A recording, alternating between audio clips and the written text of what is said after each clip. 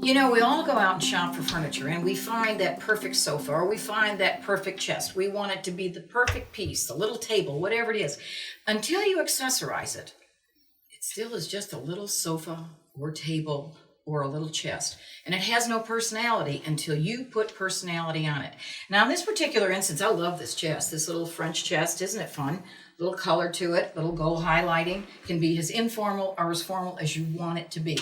And I'm standing in front of a mirror that you could say, gee, doesn't it overwhelm the piece? No, it adds to the piece. Not every accessory has to be this little demure piece or a small mirror or whatever. And I do believe in mirrors in homes. And I believe hang them vertically. Don't hang them horizontally. Our ceilings today are up to 18, 20 feet, and we're still working with an 8-foot mentality. Think about that, ladies and gentlemen.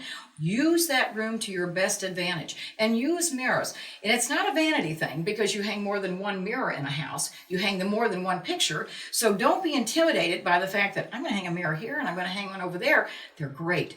They push out the space within a room. They make it seem larger. They're fantastic pieces to use. So use them to the advantage of not vanity, but what it adds to the final look of what your room is going to be. Make it bigger. There's no way better to do it than with a mirror.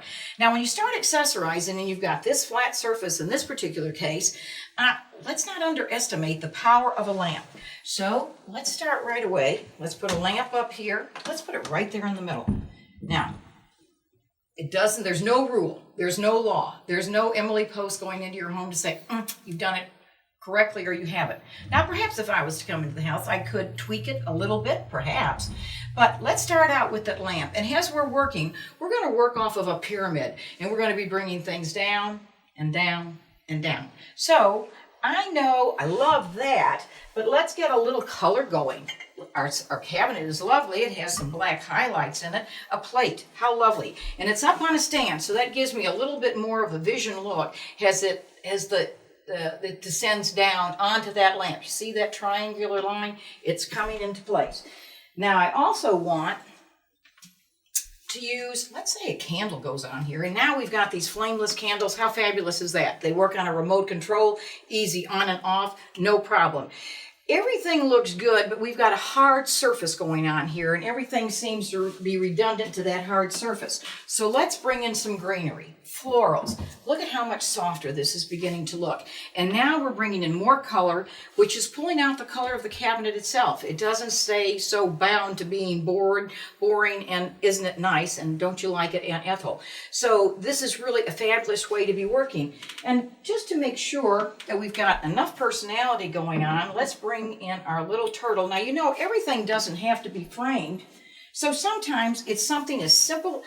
Who says this can't be a decorative piece on a table? This pillow. It says so much. Our love is gold. How perfect is that? Don't hide it in a bedroom, but keep it out and enjoy it. It becomes the picture that didn't even require a frame. And as I'm looking at this, I'm seeing this pyramiding down on both sides, as you see it taper down onto the base of the surface of the table. So whether you're doing this, and even again with the sofa, just because you bring in a sofa, and I don't care what you pay for it, until you accessorize it with pillows, it's boring. So if you have any problems in accessorizing and knowing what to do, come see me. I'm Annabelle of Annabelle's in Orange Park.